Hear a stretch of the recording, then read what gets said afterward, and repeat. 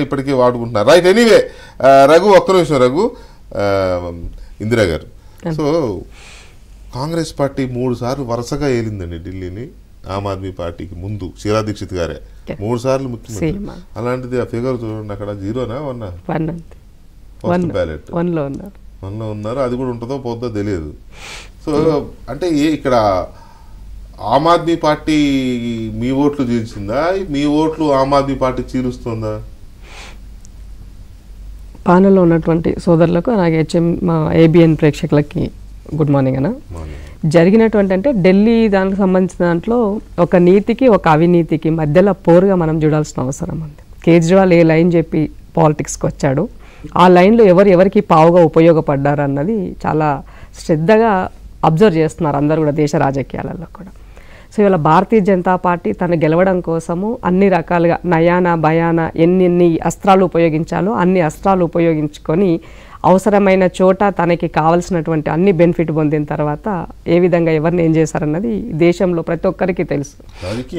అంటే రాజకీయంలో కూడా కొంత అది అంటే రాజనీతి అని చెప్పుకోవడానికి కూడా కొన్ని విలువలు ఉంటాయి. కానీ భారతీయ జనతా పార్టీకి ఎక్కడ అలాంటి విలువలు ఉన్నట్టుగా అయితే నేను దేశవ్యాప్తంగా ఎక్కడ గమనించలే, చూడలేదు కూడా. అంటే అవి ఒకప్పుడు నీతులు, ఇప్పుడు నీతులు కాదు. ఇప్పుడు మోదీ అండ్ అమిత్ షా గారు వచ్చిన తర్వాత కంప్లీట్ చేంజ్ అయిపోయింది, వాళ్ళ లైనే చేంజ్ అయిపోయింది. సో ఇవాళ కాంగ్రెస్ పార్టీ దేశంలో వాళ్ళకి కంప్లీట్ గా before Modi after Modi exact. So అప్పుడు వాళ్ళకి ఒక బీజేపీ అంటే దానికి ఒక సిద్ధాంతం ఉండింది, దానికి ఒక క్రమశిక్షణ ఉండింది. బట్ ఇప్పుడు అలాంటిది ఏం లేదు, గెలుపు ఒక్కటే అంతే. ఇప్పుడు గెలుపు ఒక్కటే ఎస్ అంతే. సో ఇవాళ దేశవ్యాప్తంగా రాహుల్ గాంధీ గారు సీరియస్ గా భారతీయ జనతా పార్టీ పైన పోరు చేస్తున్నారు. సో ఈ దేశంలో ఉన్నటువంటి విలువలు, డెమోక్రసీని కాపాడాలన్నా, ఇవాళ రాజ్యాంగం విలువలు ఉండాలంటే కూడా అవసరమైన దగ్గర తగ్గి కూడా తను కొన్ని రాష్ట్రాల్లో ఆ రాష్ట్రాలకు ఉన్న బలాన్ని బట్టి కూడా కాంగ్రెస్ పార్టీ తన యొక్క పంతాను చేంజ్ చేసుకుంటూ మూవ్ అవుతుంది.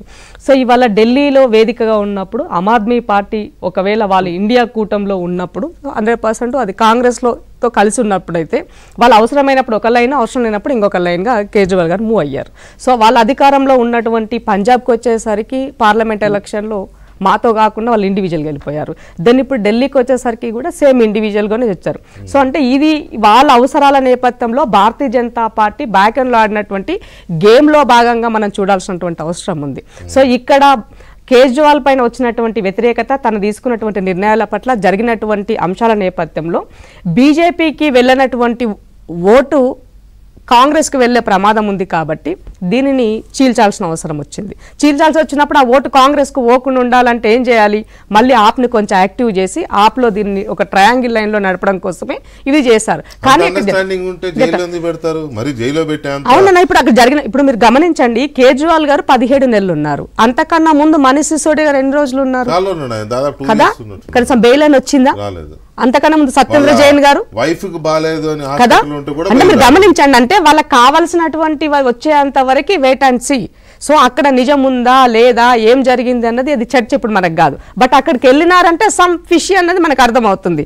ఆ దాంట్లో భాగంగా వాళ్ళకి కావాల్సినటువంటి బీజేపీకి నేను చెప్పినట్టు మూవ్ ఆన్ అయినట్లయితే ఓకే, ఎవ్రీథింగ్ రైట్. సో నాకు కావాల్సింది ఏంటి, కాంగ్రెస్ పార్టీ రావద్దు దేశంలో, అది ఎదగొద్దు, అది అలాగే ఉండాలన్నది బీజేపీ లైన్. సో దాంట్లో భాగంగానే ఇవన్నీ అని చెప్పాల్సినటువంటి అవసరం ఇప్పుడు ఏర్పడింది అంటాం. ఇవాళ ఢిల్లీలో ఉన్నటువంటి మైనార్టీ ఓట్ బ్యాంక్ అన్నది కీ రోల్గా పనిచేస్తుంది. దాదాపు 41 లక్షల ఓట్లు minority, so 21 lakhs 12% I think అక్కడ ఉన్నటువంటి దాంట్లో ఉన్నటువంటి ఆ ఓట్ బ్యాంక్ అనేది. సో 2020లో అక్కడ ఉన్నటువంటి